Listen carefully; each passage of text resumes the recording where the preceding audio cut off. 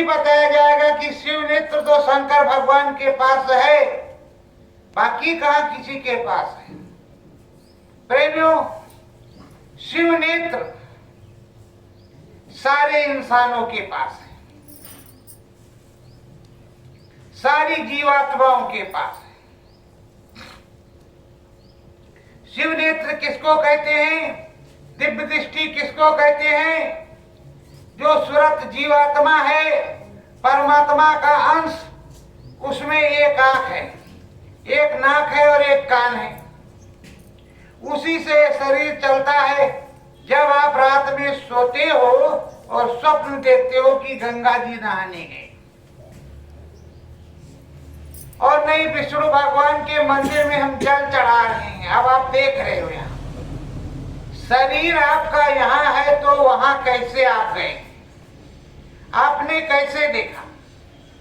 तो इसके मतलब कि जो है अंदर में कोई ना कोई चीज है जिसका ज्ञान हमको आपको नहीं है। इस ज्ञान के बारे में हमको आपको हमारे गुरुजी बताएंगे, और जब हम खोजी होंगे कि हमें वो बताएं कि इस दिव्य दृष्टि से, ज्ञान चक्षु से हम प्रभु जी के जीते जी दर्शन करें, राम जी के दर्शन जीते जी करें, और हमारी उनकी मुलाकात हो घट बीचे, इस मनुष्य रूपी मानव पोल मंदिर के बीच में। जब मनुष्य रूपी मानव पोल मंदिर के बीच में होने लगेगा तो आमने सामने भी होने लगेगा। पर जाते तो हैं, पंडित जी महाराज कथा सुना देते हैं, सुन लेते हैं, और कुछ प्रार्थनाएं हुई, ताली बजाया, थोड़ी देर का आनंद मिला, मन का सुख प्राप्त हो गया, प्रसाद मिला, चले गए, तो यही कहेंगे कि पंडित जी ने बहुत अच्छा सुनाया। और अगर पंडित जी ने कुछ गड़बड़ नहीं, कुछ प्रार्थना पाठ सही से हुआ, तो कहा पंडित तो थे लेकिन अच्छे वाले नहीं थे। प्रेमियों, हमको अच्छे बुरे पंडित जी से मतलब नहीं है, हमको सच्चे गुरु से, सतगुरु से मतलब है, जो सत्य का ज्ञान करवा दे, सतमत का हो सतभेद बता दे कि सूरत जीवात्मा कहां से आई, ये कहां जाएगी। आपने कभी सोचा कि हम आए हैं और इस देश में हैं, इतना समय हमारा बीत गया और ये कह रहे हैं कि बुढ़ापी आ गई है, ये बचवा अब हमको भी जाना है राम जी क्या। तो राम जी का घर किधर है? तुम्हारा घर किधर है? उधर तुम कहाँ रहोगे? यहाँ तो तुमने अपना कोठी बंगला और सब कुछ बनवाया, लेट्रिन बाथरूम किचन सब कुछ बनवा लिया, पर उधर के लिए आपने क्या बनाया है? वहां जाओगे तो उस बंगले में जो अजब रंग बंगला है, रंग महल है, उस रंग महल के लिए आपने क्या इंतजाम किया? और प्रभु जी से आपने कॉल करार किया था कि हे प्रभु जी, हम पर आप दया कर दो, हमारे ऊपर आप कृपा कर दो, तो हम सुबह शाम 8 याम सुमिरन ध्यान भजन करेंगे। पर आपको सोचना पड़ेगा कि आपने सुमिरन ध्यान भजन कितना किया, कि लल्ला के चक्कर में लगे रहे कि आजा ललुआ, आजा बचुआ, आजा बचुआ मनुआ। और जब प्रार्थना पाठ भी शुरू हुआ तब भी आपका मन बचोए में लगा है, तो बताओ भगवान तो सोचेगा कि ये तो अगरबत्ती लेकर के आई है, घंटी भी लाई है, स्नान भी किया है, चरणामित्र भी बनाया है, पर मन तो इनका इनके ललुआ में लगा। तो अब हम कैसे जाएं? तो प्रेमियों, सच्ची पूजा मन की होती है। मेरे गुरुजी महाराज ने, परम संत बाबा जय गुरुदेव जी महाराज ने बताया है कि मार जिसने है मन डाला उसी को सूरमा कहना।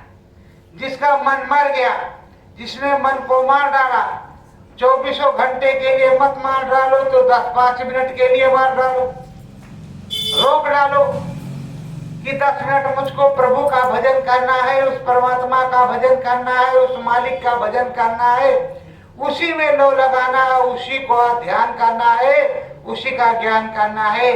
विष्णु भगवान में लगे हो तो विष्णु भगवान का, शंकर में लगे तो शंकर का, गणेश में लगे तो गणेश का, महेश में लगे तो महेश का। और बिना सत्संग के विवेक पैदा होने वाला नहीं है, तुमको ज्ञान नहीं मिलेगा। और जब तुम समर्थ संत सदगुरु के पास जाओगे तो एक नाम मिलेगा।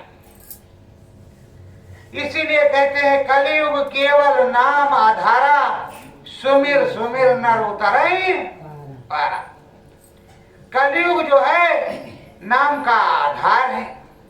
नाम एक नाव का है, जहाज है। नाम जहाज पर बैठ जाओ और चले जाओ। अब नारद मुनि करतार को लिया और बजाते हुए हर जगह जा रहे, भजमन नारायण नारायण हरे हरे। तो आपका भी तो कोई प्रभु होगा। 33 करोड़ देवी देवता है, किसी को तो मानते ही होंगे। और वैसे 33 करोड़ देवी देवताओं के सच्चे मालिक तो राम जी ही हैं।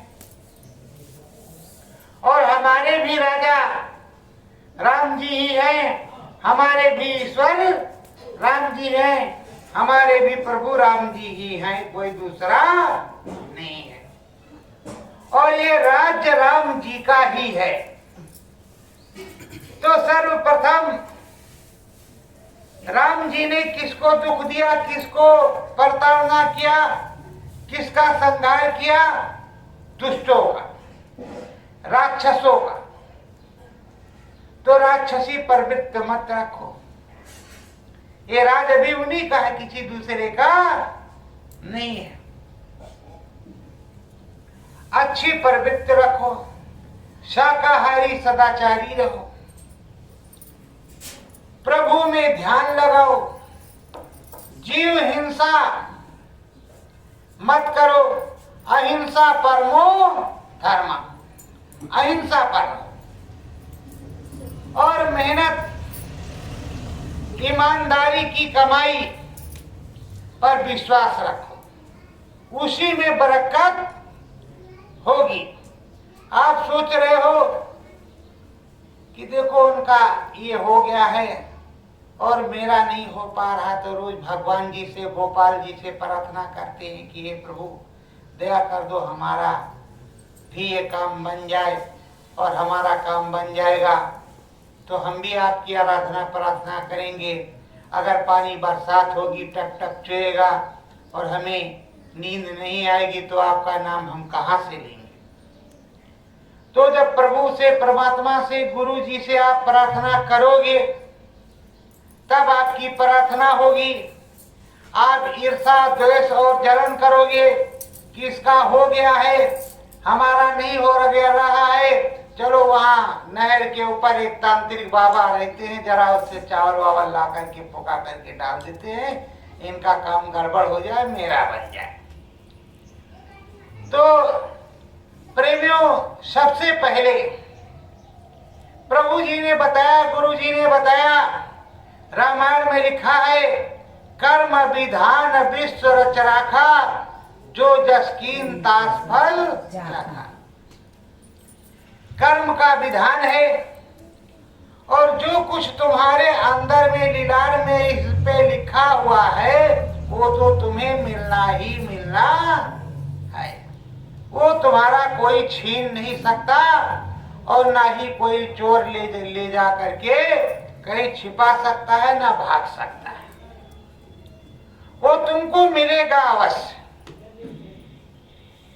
वो तुम्हारा है।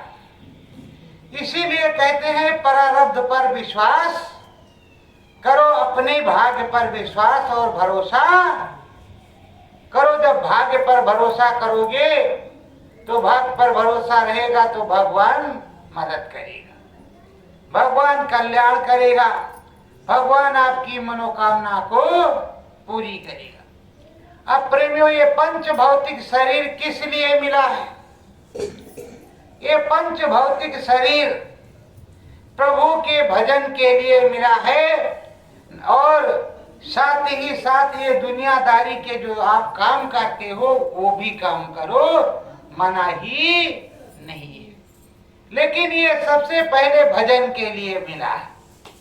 जब अंतिम समय आएगा, आप वहां जाओगे धर्मराय के दरबार में, तो पूछा जाएगा कि भाई तुमको भजन के लिए ये आपको दिया गया था मनुष्य रूपी मानव फूल मंदिर, फिर आपने भजन क्यों नहीं किया? तो आप कहेंगे क्यों, बच्चों में लगे रहे, फिर इसमें लगे रहे, फिर उसमें लगे रहे, हमको किसी ने बताया नहीं, हमको जानकारी नहीं हुई, तो हमने नहीं किया।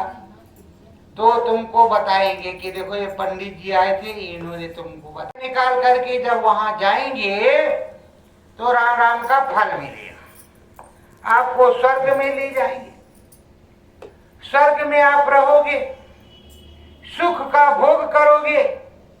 समर्थ संत सदगुरु मिल गया तो मुक्ति मोक्ष भी आपको प्राप्त हो सकता है। लेकिन जब समर्थ संत सदगुरु के पास जाओगे तो गोस्वामी जी ने राम नाम जगाया तो राम राम की जय जयकार बहुत तो हो गई, पर गोस्वामी जी की संगत बहुत तैयार नहीं हुई, उनको तो वैसे परेशान किया उन लोगों ने। पहले परेशान करते हैं, बाद में उसी को भगवान कहते हैं, उसी ग्रंथ को मान लेते हैं। और राधा स्वामी आगरे में है, तो राधा स्वामी जो नाम प्रभु का है, भगवान का, वो चल तो रहा है। और कबीर साहब काशी में आए तो उन्होंने साहेब नाम जगाया कि उस प्रभु का, भगवान का साहेब नाम। अब आपके मुंह से आप गिरने लगे, चोट लगने लगे, तो राम के बजाय हे पिता, हे परम पिता परमेश्वर, हे ईश्वर हमारी मदद कर, तो क्या वो नहीं आता? वो कहीं बदल जाता है। राम के 1000 नाम, लाख नाम कृष्ण के, हरि के अनंत नाम, तो अनंत नाम में से एक नाम तुम भी रख लो। तो प्रेमियों, आपने जो भगवान का नाम रखा, भगवान उसी में खुश है, लेकिन सच्चे मन से, धोखाधड़ी वाला कोई काम नहीं। सच्चे मन से अगर एक बेटा आपका है तो एक बेटा वो भगवान भी है, उसका भी भोग लगाओ, उसके लिए भी निकालो, उसके लिए भी व्यवस्था करो। हमारे गुरुजी महाराज कहा करते थे कि अगर आप 4 आपके भाई हैं तो 5वां भाई हमें मान लो, या अपना पिता मान लो, धर्म का, या अपना धर्म का बेटा मान लो, तो एक हिस्सा मेरा भी निकाल दिया करो। प्रेमियों, ये जो आप भाट भिकार दरवाजे पे आते हैं, ये गुरु का 10वां अंश होता है, उसको दिया जाता है, जिससे धन ना घटे, बरकत हो। और आए तो कहा चलो चलो भाई, यहाँ कुछ नहीं। पंडित जी महाराज आए, भोजन करा दिया, राम नाम की चर्चा सुन ली, तो अच्छी बात है, कोई गलत बात नहीं, उससे कुछ कम नहीं पड़ेगा। लेकिन रोज सोचते हैं कि देखो जब 10 लाख होगा तो अच्छे से जागरण कर्ता को बुलाएंगे, पूरा मंडप सजवाएंगे और 40-50 हजार लोगों को भोजन कराएंगे। अरे प्रेमियों, हमारी श्रद्धा केवल 10 लोगों की इस समय है, व्यवस्था हमारी 2 लोगों की है, तो माता रानी 2 ही लोगों के भोजन में खुश हो जाएगी। अगर तुम 5 कन्याओं को लाओगे तब भी माता रानी का वो हो जाएगा, 10 होंगी तब भी होगा, 21 होंगी तब भी होगा, 500 होंगी तब भी होगा, होगा जरूर। पर प्रेमियों, मुक्ति पाने के लिए तुम्हें समर्थ संत सदगुरु की खोज करनी पड़ेगी। जब तुम समर्थ संत सद्गुरु की खोज करोगे, समर्थ संत सद्गुरु मिलेगा तो तुम्हें नाम बताएगा, नाम बताने के साथ साथ सुमिरन और ध्यान और भजन करने की विधि बताएगा, और वो तुमसे समय मांगेगा कि 1 घंटा सुबह और 1 घंटा शाम गुरु दक्षिणा में मुझको यही दे दो, उसके बाद जो तुम्हारी इच्छा हो दो या ना दो, पर हमको 1 घंटा सुबह 1 घंटा शाम दे दो। 1 घंटा सुबह तुम प्रभु का भजन करना जो मैं बताता हूं, और 1 घंटा शाम को करना। यही समर्थ संत सद्गुरु जी समझाएंगे और पूरी राम नाम की बात बताएंगे। आप सोच रहे हैं कि राम जी को मंदिर में जाएंगे तब दर्शन होंगे, अयोध्यापुरी जाएंगे वहां रामलला का मंदिर जन्म भूमि है तब दर्शन होगा। अब ये बता रहे हैं कि राम जी का दर्शन होगा। राम जी का दर्शन कैसे होगा, क्या करें तो होगा, कह तो रहे राम जी का दर्शन होगा। अरे भाई ये शिव नेत्र है, तुम्हारे पास शिव नेत्र है, 10 दरवाजे हैं, 10 दरवाजे में से एक ही दरवाजा आप बंद किए हुए हैं, उसको साफ सफाई नहीं कर रहे, खोल रहे हैं, जो शिव नेत्र वाला है, जो घट में घाट वाला है, जिस घाट पर राम जी बैठे हुए हैं, जिस घाट पर ब्रह्मसूत्र गंगा बह रही है, उसी घाट को तो आप साफ नहीं कर रहे। जिस तरह रोज सुबह उठ करके अपने घर के अंदर किचन में आंगन में झाड़ू लगाते हैं, उसी की कूड़ा कचरा हमारे घर के अंदर ना आए।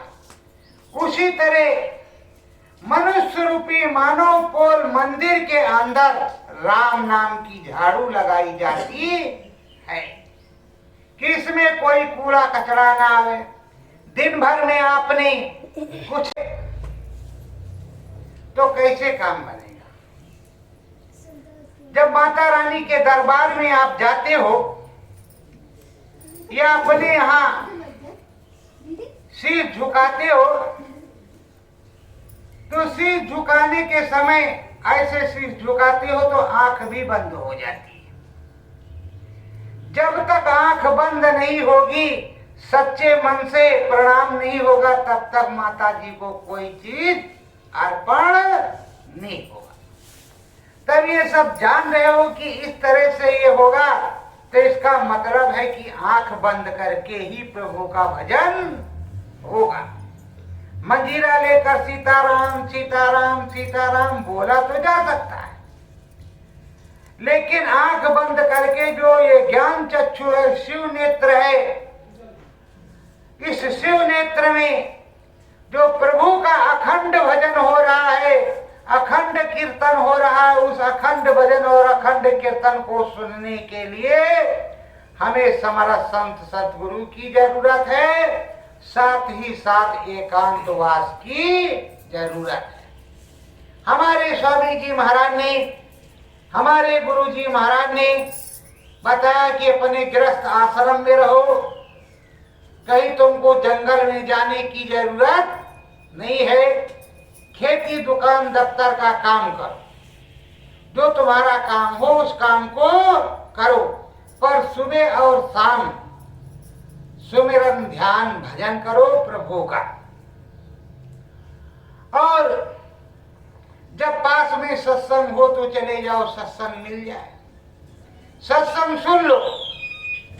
सत्संग किसी का भी हो, राम नामी हो, हरि नामी हो, सत्य नामी हो, सत्संग सुनने में की कोई नुकसान नहीं हो। तुमको भगवान की ही बात बताएगा, प्रभु की ही बात बताएगा, ईश्वर की ही बात बताएगा, किसी और की नहीं बताएगा।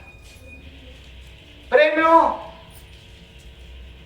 गोस्वामी जी ने रामायण को लिखा। रामायण लिखने के बाद उसको सुनाना शुरू किया। जब सुनाना शुरू किया तो असली बात जब बताना शुरू किया कि जो ये गंगा मैया बह रही है ये तो वहां की छाया है, ये एक छाया है, और जो असली गंगा मैया बह रही है वो ब्रह्म पर बह रही है, ब्रह्म स्रोत्र गंगा है, जिसमें किसी प्रकार का बालू का कण नहीं है, बिल्कुल निर्मल पवित्र है। उसमें स्नान करने से तुम ब्रह्म ऋषि बन जाओगे। तो उनका विरोध होने लगा कि अरे भाई ब्रह्म पता नहीं कहाँ हो गंगा मैया, ये गंगा मैया सही। तो उन्होंने फिर रामायण लिखी, रामचरितमानस, उसमें भी सब खोल खाल करके लिखा। पर रामचरितमानस को सुनाने वाले सुनाने लगे। जब सुनाने लगे तो लोग सुनने लगे। भय प्रकट गोपाला दीन दयाला कौशल्या हितकारी, जब सुनने आनंद आने लगा, हथौड़ी बजने लगी, पैसा चढ़ने लगा, सीधा आने लगा, राशन धन आने लगा, पंडित जी का जो है जेब भरने लगा, बुरा मत मानना। पर उसका अर्थ बताना पंडित जी भूल गए कि गोस्वामी जी से हमने रामायण तो ले ली, रामायण है, लेकिन उनसे उसका अर्थ नहीं पूछा कि इसका मतलब क्या है। अगर भय प्रकट गोपाला दीन दयाला कौशल्या हितकारी, अगर वो प्रकट हुए वहां तो यहाँ प्रकट हो सकते हैं अथवा नहीं, तो उसका ज्ञान उसमें होगा। उसमें उन्होंने लिखा कि मूंद्यो नैन त्रिषितमय भयो। जब उनके गुरु ने रास्ता बता दिया तो उन्होंने लिखा है कि मूंद्यो नैन त्रिषितमय भयो पुण्य चितवत कौशलपुर गयो। उन्होंने बताया कि हमने इन दोनों नयनों को बंद कर लिया और अंदर में जो गुरु महाराज ने बताया वही राम रटन शुरू कर दिया, और अंदर अंदर हम कौशलपुर पहुंच गए, अयोध्या पहुंच गए, यहाँ वाली नहीं अंदर वाली अयोध्या में पहुंच गए। तो हमको देख करके राम जी मुस्कुराने लगे, खुश हो गए। और राम जी मुस्कुराने लगे। जब राम जी मुस्कुराने लगे तो मैं भी मुस्कुराने लगा। जीते जी हमने राम जी को दिया था। और ये भी आप लोग सुनते हो कि चित्रकूट के घाट पर भय संतन की भीड़, तुलसीदास चंदन जिसे तिलक दे रघु। तो क्या झूठ मूठ को लिख दिया गया तो राम जी यहाँ आए नहीं, तिलक लगाया नहीं, तो ऐसे बता दिया गया। तो कुछ आप लोग भी करोगे, चंदन घिसोगे तो रघुवीर आएंगे, तिलक लगाएंगे। पर तिलक जहां लगा हुआ है, जहां आपकी बिंदिया लगी हुई है, वहीं राम जी की बैठक है, ये कोई बताने नहीं आएगा। इसलिए तुमको बताया जाता है कि राम जी यही हैं और राम जी यहीं बैठे हुए हैं। पर राम जी को आवाज लगाओगे तब मिलेंगे।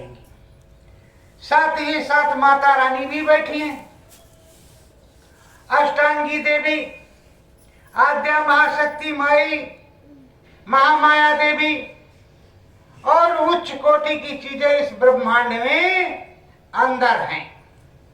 प्रेमियों, ज्ञान उतना ही ग्रहण होगा जितनी उच्च कोटि की तुमको शिक्षा मिली होगी। अगर तुमको हम अपने स्वामी जी महाराज की बात बताएं और हमारे स्वामी जी महाराज ने जो कुछ ऊपर का बताया वो बताएंगे तो आपके सर के ऊपर से निकल जाएगा, किसी के पल्ले नहीं पड़ेगा। पर प्रेमियों, जब पहले राम जी से आप मुलाकात करोगे, राम जी से मिलना सीख जाओगे तो ब्रह्म जी से भी मिलना सीख जाओगे। आपके अंदर में थाना है, थाना जैसे आपके यहाँ आपके क्षेत्र का थाना है, उसी तरह आपके अंदर थाना है। आप कह रहे हैं कि कहाँ से थाना है? मोटा अनाज मिलता था तो गैस की बीमारी भी कम थी, डॉक्टर साहब के यहाँ जाना नहीं पड़ता था।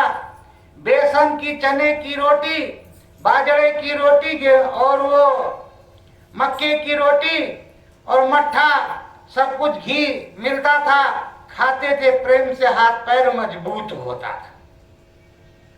अब तो पतला से पतला आटा, मैदे से मैदा हो, और रोटी बिल्कुल फुलके की समान की, दांत को कोई परेशानी ना हो, ना हिलाना पड़े ना डुलाना पड़े, सीधे चली जाए। और उस पर भी कोई दिक्कत हुई तो 2 गोली फौरन। अरे भाई, भोजन करो, संत महात्माओं ने बताया है कि भोजन करो, और भोजन करने के बाद टहलने के लिए बाहर चले जाओ। अभी भी योग ऋषि हैं, बताते हैं कि भोजन कर लो, 1000 कदम टहल लो, डॉक्टर के पास जाने की जरूरत नहीं है। सुबह उठो, भगवान का भजन करो, स्नान करो, 1000 कदम टहल लो, 1 किलोमीटर टहल लो, कोई दिक्कत परेशानी शरीर में नहीं आएगी।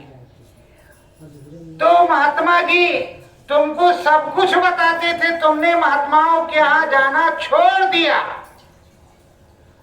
और महात्मा जी सब कुछ बताते थे कि बच्चा ये इस तरह से होगा, वो उस तरह से होगा, वो उस तरह से होगा, ये काम इस तरह से होगा, माता रानी का पूजन इस तरह से होगा। अब माता रानी का पूजन रखती हैं, 9 रात रहती हैं, और 9 दिनों के अंदर में आप कहेंगे कि आए हैं और मेरी धुलाई कर रहा है। 9 दिनों के अंदर वे सुबह नहाएंगी, धूप दीप अगरबत्ती लगाएंगी, उसके बाद में खीरा बादाम ये वो सब आ जाएगा। अरे भाई, महात्मा जी ने वो नवरात्र किस लिए बनाया? 3 गुणों को खत्म करने के लिए। किसको? रजोगुण, तमोगुण, सतोगुण। ये तीनों गुण खत्म कैसे होंगे? जब तुम्हारा मन मरेगा। मन तो कह रहा बढ़िया बादाम 4 वाला, और ये मूंगफली भुनी की नहीं भुनी, अभी मखाने के अलावा तैयार हुआ कि नहीं और हुआ, 1 लीटर दूध है कि नहीं है, बताओ हम बात है, कैसे काम चलेगा? घर में हंगामा। माता रानी क्या खुश हो जाएगी? तो जो अच्छा काम है, जो सच्चा काम है, वो सच्चा काम नहीं होगा तो बताओ काम कैसे चलेगा? और हमारे गुरुजी महाराज बताते थे, अगर तुमको नवरात्र रहना है, 1 दिन रहो, लेकिन उस दिन सुबह से शाम तक में 1 गिलास नींबू पानी पीना है, और उसके बाद जब सुबह हो जाए तो कुछ भी खा सकते हो, हल्का, मोटा नहीं, हल्का पहले खाओ, फिर उसके बाद में मोटा खाओ। तो प्रेमियों, जैसे तुम व्रत रह जाओगे, एक टाइम नहीं खाओगे या 1 दिन नहीं खाओगे, तो ये जो चक्की चल रही है हमारे अंदर की, रोज 24 घंटे चक्की पीस रही, तो इस चक्की को भी आराम मिल जाएगा थोड़ा। जब चक्की को आराम मिल जाएगा तो डॉक्टर साहब के यहाँ जाना नहीं पड़ेगा। अब डॉक्टर साहब के यहाँ जाएंगे तो कहेंगे नहीं पता, क्या नहीं पता, बस 10 प्रकार की दवा और 1000 रुपए का पत्ता तुरंत खत्म। कहा 10 दिन की दवा है, 10वें दिन फिर आ जाना। ये कभी नहीं कहेंगे कि तुम मत आना, अब 10 दिन में ठीक हो जाओगे। तो प्रेमियों, कहने का मतलब ये है कि जो धर्म कर्म बनाया गया संत महात्माओं के हिसाब से, जो बुजुर्गों के हिसाब से, उस पर कोई ध्यान नहीं देता है।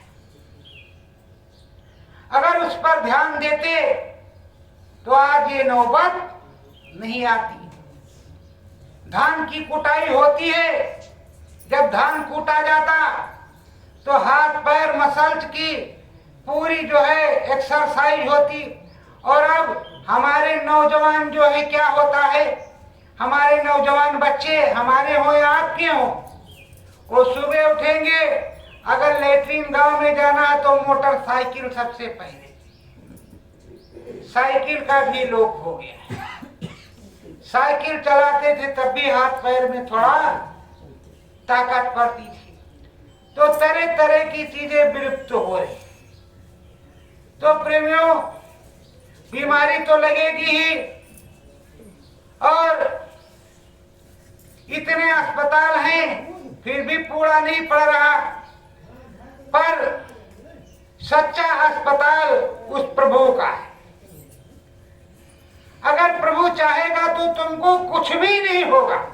तुम प्रभु का भजन करोगे और प्रभु के हिसाब से रहोगे तो तुम्हें कुछ होने वाला नहीं। डॉक्टर साहब के पास तुम्हें जाने की जरूरत नहीं है, क्योंकि एक दिन ऐसा आता है बीमारी हो गई और डॉक्टर साहब के पास आप गए तो डॉक्टर साहब हाथ खड़े करके बोलते हैं कि भाई राम जी के सहारे गंगा जल पिलाओ, और राम जी जाने अगर बच गए तो ठीक, और नहीं हमारे बस की बात नहीं है, तब तक तो आप कंगाल हो ही जाएंगे।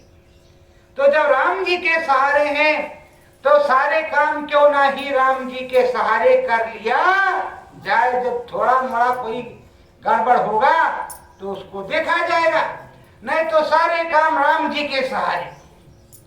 सत्य गुरु जय गुरुदेव।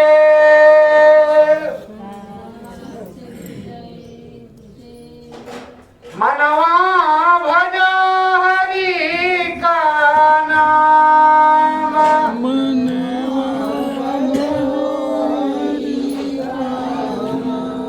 हरि हरण को निसदिन जाओ,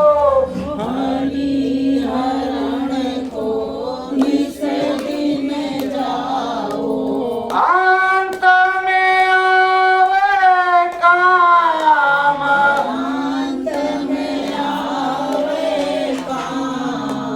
मनवा भजो हरि का नाम,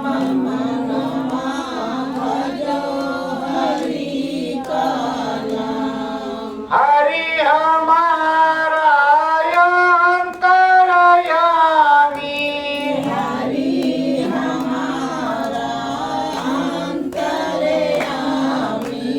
हरि हमारा श्याम,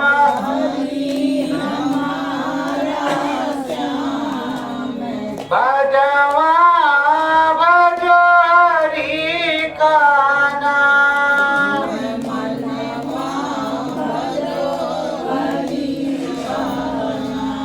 हरि हमारे मुक्ति दाता,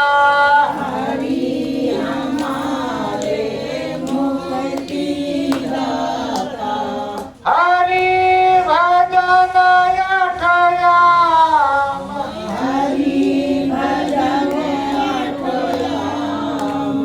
मनवा भजो हरि का नाम,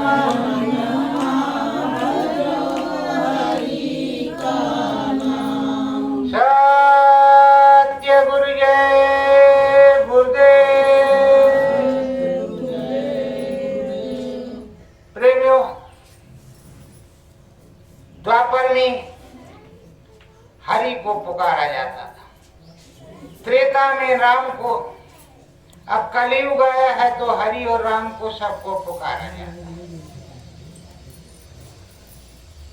पर कलयुग जैसा युग कोई दूसरा नहीं है। क्यों नहीं है? इसमें आयु 100 वर्ष की तो है कि 100 वर्ष में हम जाएंगे, पर इसमें नाम आधार है। तुम्हें हवन नहीं करना, पूजन नहीं करना और कठिन कठोर तपस्या नहीं करनी है। तुम्हें नाम के आधार पर तपस्या करनी है। मन में राम नाम को भजना है, हरि नाम को भजना है। उसी को भज करके जो है उस प्रभु को प्राप्त किया जा सकता है।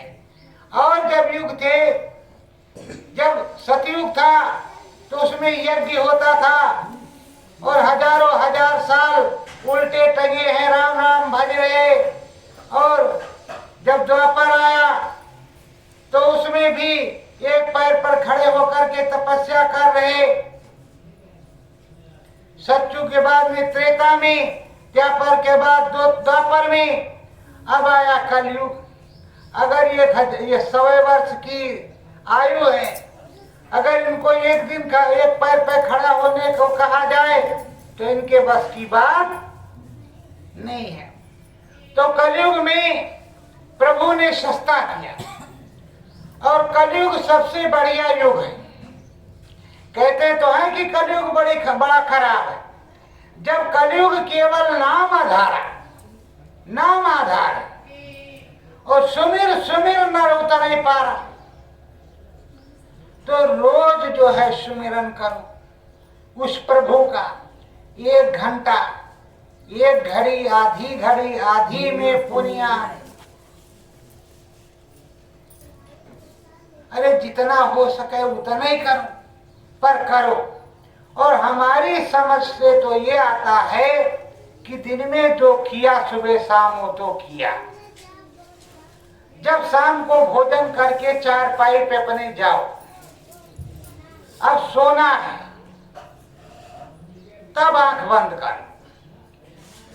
आंख बंद करके भाई लोग जहां तिलक लगाते हैं और माताएं जहां विदिया लगाती हैं वहां ऐसे उंगली रखें, आंख बंद कर ले, सतगुरु जय गुरुदेव, सतगुरु जय गुरुदेव। या उनको ये अच्छा नहीं लगता तो जय श्री राम या राधे श्याम या हरि नाम, जो उनकी समझ में आता है उसको बोल करके देखे। और अगर 15 दिन तक वो सतगुरु जय गुरुदेव, सतगुरु जय गुरुदेव बोलेंगे तो ये बाबा मिलेंगे। उसके बाद में ये राम से भी मिलवा देंगे। और 15 दिन के अंदर अगर ये ना मिले तो कोई जरूरत नहीं आपको भजन करने की। और 15 दिन के अंदर ये तुमको शयन में मिल जाते हैं, सपनों में मिल जाते हैं, और उसके बाद में ले जाते हैं कि चलो बच्ची तुमको राम जी से मिला लाते हैं, तो तुम चले जाओ, रोज भजो। उसमें फिर क्या दिक्कत की बात है? यहाँ तो टेंडर है कि 15 दिन में अगर हो तो तुम करो, और 15 दिन में ना हो तो करने की जरूरत नहीं है। कहते हैं कोटि कोटि मुन जतन कराही, अवंत राम कहे आवत नहीं। रातों दिन घंटी बजाया, राम जी को जगाया, ये किया वो किया, पर राम जी खुश तो थे। पर जब समय आया तो राम जी का नाम याद आए नहीं। तो प्रेमियों, राम जी के नाम को तो याद करना ही पड़ेगा। ये मनुष्य रूपी मानव पोल आपको इसीलिए मिला है। ये थोड़े है कि स्त्री करेगी तो हमको मिल जाएगा। बहुत लोग कहते हैं मेरी देवी जी जाती है वहां, वो भजन करती है, हमको प्राप्त हो जाएगा। अरे जो खाएंगी तो तुम्हारे पेट में नहीं जाएगा तो भजन कैसे चला जाएगा? तुम करोगे तो ना उनके पास जाएगा। तुम अपना करो, वो अपना करें। और जो तुम्हारा कर्म है कि दोनों लोग हम एक साथ करेंगे, ये काम करना है, तो वो तो अलग की बात है। पर जो भगवान का भजन है वो तो तुमको एकांतवास में करना ही होगा। बहुत से लोग होते हैं तो शहरों में सामूहिक बैठ गए और सामूहिक प्रभु का भजन कर लिया। 10 लोग 5 लोग रहे तो 10-5 प्रार्थनाएं बोली, चर्चा किया उस प्रभु की, उसके बाद में बैठ करके चुपचाप सुमिरन ध्यान भजन कर लिया। अब नहीं उनको सुमिरन ध्यान भजन की विधि है तो आंख बंद करके सतगुरु जय गुरुदेव, सतगुरु जय गुरुदेव, सीताराम या जो भी करते हो, जब सामूहिक करते हैं तो उस प्रभु की दया बरसती है। उसमें कोई जागृत पुरुष हो जो सुबह शाम 8 याम करता हो, तो जो 8 याम करता है उस पे मालिक की दया बनी रहती है। देखो, आप पीपल वाले बाबा जी के पास क्यों जाते हो? चाहे कानपुर हो चाहे कोई भी पुर हो, पीपल वाले महात्मा जी के पास, बरगद वाले महात्मा जी के पास, झोपड़ी वाले महात्मा जी के पास क्यों जाते? जब कोई काम फंसता है कहते चलो भगवान जी को मनाए हुए हैं, तमाम देवी देवता को पूछते हैं, आशीर्वाद दे देंगे, कुछ बता देंगे, कर देंगे तो हमारे घर का काम हो जाएगा और भला हो जाएगा। तो बाबा जी ने कुछ किया है तो आप बाबा जी के पास गए हैं। लेकिन अब तो तरह तरह के बाबा हैं, क्या कहा जाए। पहले तो बाबा अगर एक चुटकी भभूत दे देते कि लो बच्चा जाओ तुम्हारा कल्याण हो गया, तो कल्याण समझो हो गया। पर अब का तो हमने सुना है कि राजस्थान है, इधर राजस्थान में जाओ तांत्रिक बाबा के यहाँ तो 200 रुपया पहले निकालो तो एक बार फूक मारेंगे, फिर 200 दो तो 2 बार मारेंगे, कहेंगे जाओ कल फिर आना, तो फिर हम 10 दिन के अंदर में आपका भूत भगाएंगे। पर प्रेमियों 90% तो कोई भूत वूत होता नहीं, 90% दिमागी वहम होता है, 10% होता है। ये नहीं कि नहीं होता, होता है, पर उसकी खुराक होती है। आप भोजन करते हो, आपको कुछ शंका है कि हमारे घर में कुछ है, रात्रि को जब 9 बज जाए, 9 बजे के बाद एक धूप बत्ती इतनी बड़ी लो और सुलगाओ अच्छे से, और प्रभु का नाम लेते हुए पूरे कमरे में दिखा करके अपने जो है गेट के बाहर जहां पर थोड़ा अंधियारा हो वहां रख दो और कहो ये भाई जी जो भी कोई होगा ये अपना भोजन सुगंधी प्राप्त करो, आपको कोई परेशानी नहीं होगी, वो खा पी करके चला जाएगा। और लोग सोचते हैं कि नहीं उसके लिए नींबू मिर्ची चाहिए। अरे आप भोजन करते तो कोई और भी तो भोजन करता है, राम जी भोजन नहीं करते क्या? उनका भोजन नहीं है, और राम जी का अगर भोजन नहीं है तो अगरबत्ती किस लिए लगाते, हवन पूजन किस लिए करते? सबका भोजन अलग अलग। रात्रि 9 बजे से 3 बजे के बीच जितना भी हवन पूजन जो भी कुछ आप करोगे अनुष्ठान, जो उसमें धुआं निकलेगा, जो सुगंधी निकलेगी वो भूतों को मिलेगी। ये लिखा हुआ है अपने पुराण में, भागवत में, रामायण में लिखा हुआ। और 9 बजे से पहले और रात्रि 3 बजे के बाद, 3 बज करके 1 मिनट के बाद में ब्रह्म बेला लग जाती। ब्रह्म बेला में स्नान करो, सुमरन करो, ध्यान करो, भजन करो, सबसे अच्छी अमृत बेला है, तो तुम्हारा कल्याण होगा। प्रेमियों जो सच्चे लोग होते हैं वो ऐसे जैसे आपकी महफिल बैठी है, अभी हमें कोई जरूरत है कि हाँ 2 लोग परेशान हैं या 4 लोग परेशान हैं, तो मैं तो अभी वो काम करवा के दिखा सकता हूं, लेकिन उसको दहशत हो जाएगी, तेरे मेरे ऊपर तो ये था, मेरा बदन इस तरह कांप रहा था, मैं उस तरह उछल कूद रहा। वो बाबा तो आए थे, उन्होंने सत्संग सुनाया, उसके बाद बताया और अगरबत्ती लगवाया, चले गए। अब किसी दूसरे के पास जाना पड़ेगा तो उसको तो लूट लेगा, उसको तो लूट लेगा। इसलिए सीधा सरल रास्ता है, धूप बत्ती, घी गुड़, लोहबान, गूगल, जो व्यवस्था हो।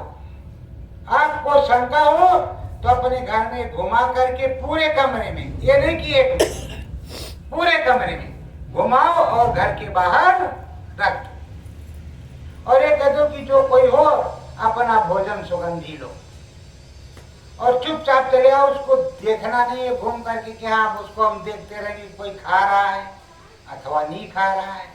आप अपने घर के अंदर आओ, और अपने घर की शुद्धि चाहते हो तो शाकाहारी रहो। और दूसरी बात, पूर्णिमा को और अमावस्या को हवन पूजन करो अपने घर के और समस्त देवी देवताओं के नाम, अपने गुरु जी के नाम। उसमें पंडित जी को बुलाने की जरूरत नहीं है, उसको तुमको अपने आप से करना है। लकड़ी में कपूर रखा, जलने लगेगा, और पूरा जो हवन सामग्री बनाया, और ये आपको अर्पण, ये आपको अर्पण, ये आपको अर्पण, आपकी जो आत्मा बोले उसमें आंगन में रख करके करो, और पूरे मकान का दरवाजा खोल दो। मतलब जो ये आपका किचन है, ये आपके का बेडरूम है, ये वो है, दरवाजा सब कहीं का खुला होना चाहिए कि उसका जो है वो सुगंधी धीरे धीरे से सारे आपके कमरे में फैल जाए, तो आपका सारा मकान शुद्ध हो जाए। ये थोड़ी है कि गायत्री जाप कराएंगे और मृत्युंजय जाप कराएंगे या रुद्राभिषेक कराएंगे तभी, अरे जब करवाना तब करवा लेना, तब तक आप पूर्णिमा और अमावस्या को करते रहो, तुम्हारा घर पवित्र रहेगा, तुम्हारे घर में बरकत रहेगी। पहले यही तो लोग करते थे। अनसुईया के आश्रम में क्या होता था? भजन और हवन पूजन, अतिथियों का सत्कार। आज अनसुईया का नाम है, तो इसी वो तो त्रेता युग था, पर इस कलयुग में मीरा का नाम है।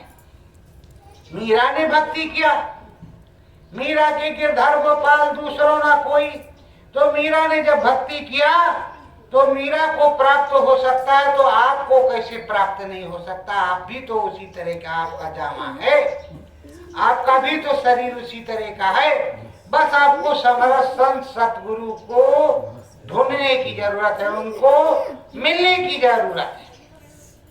उसके लिए प्रयास करोगे तो आपको वो चीज मिलेगी, और आपको चाहत वाली को आप सदा सदा के लिए सुनते रहें और रोज भजन करते रहें।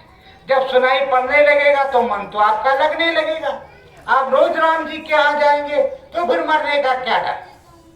कोई आया कि भाई तुम्हारा परवाना आ गया, कहा चल चल अपना राम जी के यहाँ चले गए, ले जा, चाहे जिस घाट पे ले जाओ, उसको फूको या जलाओ या तापो, हमसे क्या मतलब है? कुछ भी दिक्कत नहीं हो, कोई परेशानी नहीं होगी। इसीलिए ऋषि मुनियों को तकलीफ क्यों नहीं होती थी? वो पहले ही निकल जाते थे, इसको कुछ भी करो। और शरीर तो ये नाशवान है ही, अजर अमर तो है नहीं ना, ये अविनाशी है। जीवात्मा अविनाशी है, उसी को निकाल करके आपको ले जाना है। तो हरि का भजन, राम का भजन, साचे सतगुरु से लगन लगी रहेगी तो काम बन जाएगा फौरन, देर ही नहीं लगेगी। काम बन गया, उधर निकल गए, और निकल गए तो अपने हरि के हाथ, हरि के धाम में पहुंच गए। और हरि धाम में पहुंच गए तो कहाँ कौन पकड़ने वाला है? ये बताओ। आपने मारपीट किया, मारपीट करने के बाद में थाने वाले आए, थाने नहीं गए, और वहां मजिस्ट्रेट साहब के यहाँ हाजिर हो गए, तो थाने वाले पिटाई करने वहां पहुंच जाएंगे क्या? मजिस्ट्रेट साहब के यहाँ आप रहेंगे, वहीं आपकी हो जाएगी। और जब वो आपको लाएंगे रिमांड पर, तो पूछ ही जा सकते हैं, आपको पीट पाट नहीं सकते कि आपकी पिटाई कर डालें, आपको मारें या ये करें या वो करें। पर राम जी के यहाँ आप जब पहुंच जाओगे तो वहां किसी की औकात नहीं कि वो तुम्हें जा पकड़ने चला जाए, क्योंकि जो नीचे है वो नीचे रहेगा, ऊपर जाने की उसकी हस्ती नहीं है। ऊपर कौन जाएगा? संत जाएगा, त्रिकालदर्शी जाएगा, ब्रह्म ऋषि जाएगा, भक्त जाएगा, भगवान से मिलेगा। पर जिसका जो काम है वो काम करने वाला यही रहेगा, वो वहां पर नहीं जाएगा। तो प्रेमियों, इसीलिए कहा है, बड़े भाग्य मानुष तन पावा, सुर दुर्लभ सतग्रंथन। इसीलिए तुमको मानव तन मिला हुआ है, और मानव जीवन निरर्थक मत जाने दो, और प्रभु का भजन करो। सत्य गुरु जय गुरुदेव। अब हमारे साथ हमारे गुरु भाई आए हैं, गोविंद सिंह राजपूत, वो भी आपको सुनाएंगे, थोड़ा सुन लीजिए। सत्य गुरु जय गुरुदेव।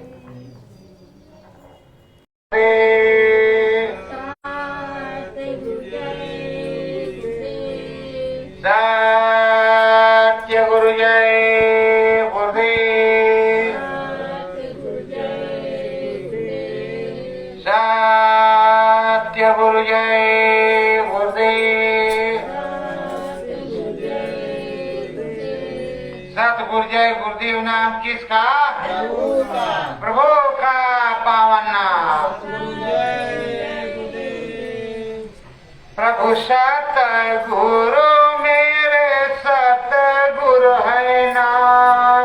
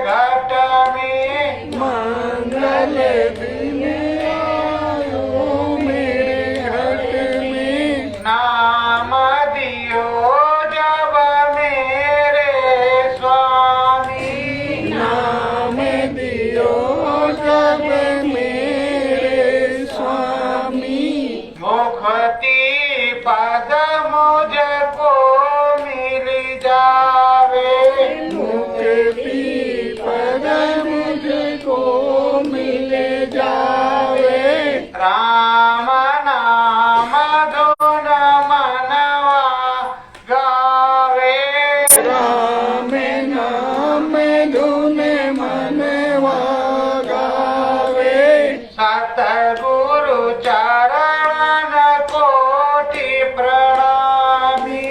सतगुरु चरण कोटि प्रणामी। चरण बंदना मेरे स्वामी। चरण वंदना मेरे स्वामी। सत्य गुरु जय